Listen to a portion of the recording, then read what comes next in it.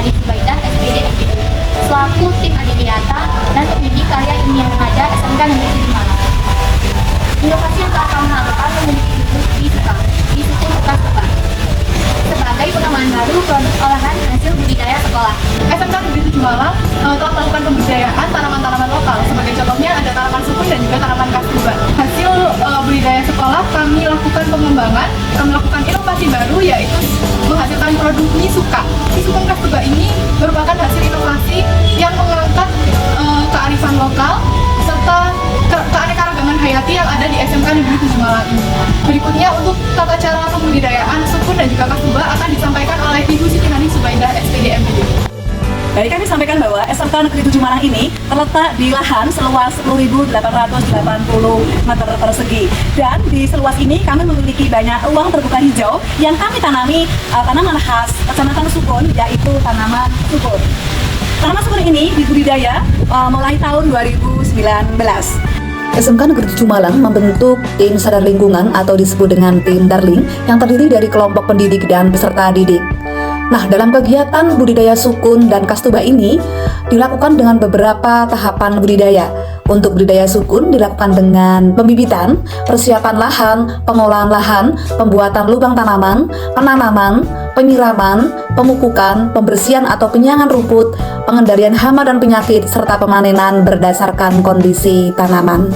Nah, selain itu, SMK Negeri 7 Malang juga melaksanakan budidaya bunga kastuba. SMK Negeri 7 Malang juga melakukan kegiatan budidaya kastuba.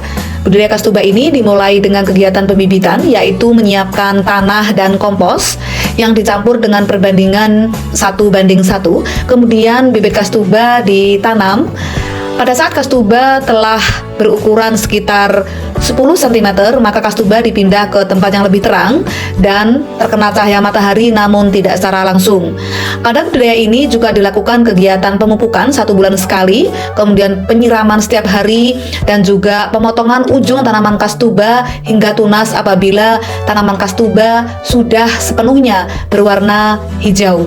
Pada bulan tertentu, biasanya bulan Desember hingga April, maka warna ujung daun kastuba akan menjadi merah dan kemudian menjadi hijau kembali dan kita bisa memangkas kembali. Sebelum pembuatan misuka, kami membuat tepung sukun terlebih dahulu. Berikut proses pembuatan tepung sukun. Kupas buah sukun tua sampai bersih, lalu cuci dan potong menjadi bagian kecil. Cuci buah sukun menggunakan air untuk menghilangkan getah.